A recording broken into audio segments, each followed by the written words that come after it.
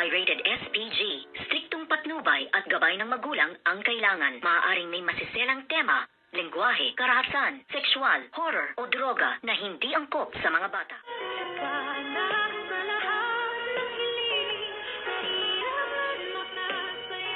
Good morning and welcome sa aking munting channel. At ito na nga ang kinagulat ng lahat.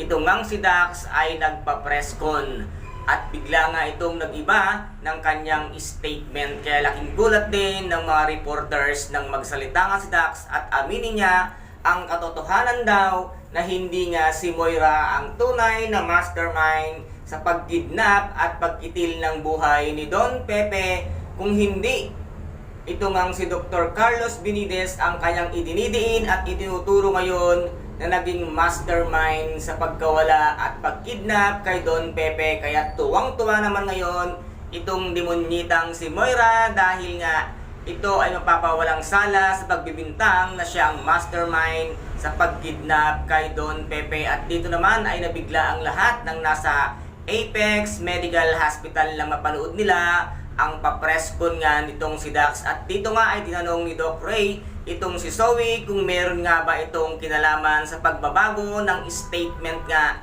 nitong si Dax. At dito naman talagang nagulantang lalong-lalo na itong si Doc RJ at ito ngang si Miss Giselle Tanyag sa pagbaliktad nga nitong si Dax. Kaya't sabi nga niya dito ay merong tao sa likod nga ni Dax at nagsulsol dito na magbago siya ng statement. Ngunit hindi halos makapaniwala ang mga reporters dahil nga sa unang-una niyang sinabing si Moira ang siyang mastermind at bakit daw pabago-bago ang kanyang statement. At dito naman ay laking gulat nga din nitong si Dr. Annalyn Santos. Bakit nga biglang nagbago ang statement nga nitong si Dax. At dito ay napanood nga ni Justin ang pagbaliktad nga dito ni Dax. Kaya nakita niya itong si Zoe at ito nga ay kanyang tinanong kung meron ba itong kinalaman sa pagbabago nga ng statement nitong si Dax. At sinabi nga dito ni Justin na close sila at nililigawan nga itong si Zoe. At sinabi naman ni Zoe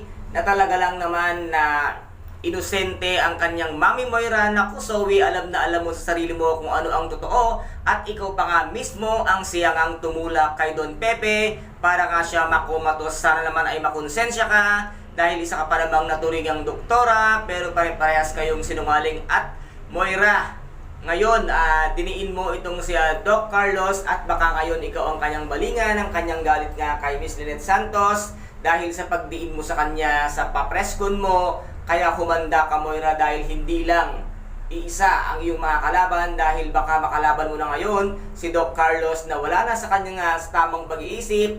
Paghandaan mo yan dahil ikaw mismo ang babalikan nga dyan ni Doc Carlos. At dito naman ay sa sinugod nga nitong si Harry, si Dax at bigla na itong sinuntok at sinabi nga niya na huwag siyang mag-iimbento at gagawa ng kwento para ipagdiinan ang kanyang dad Carlos sa isang mali at hindi naman niya talaga ginawa. And guys, ito po ang ating pag-aabangan mamaya dito nga sa Abot Kamay na Pangarap na kung saan ay napaka-intense at kapanapanabik ang bawat kaganapan. At kung nagustuhan po ninyo ang aking videos for today, paki-subscribe na lamang po ng aking channel, paki-like and share para maging update kayo sa lahat ng gagawin kong videos. Maraming salamat po.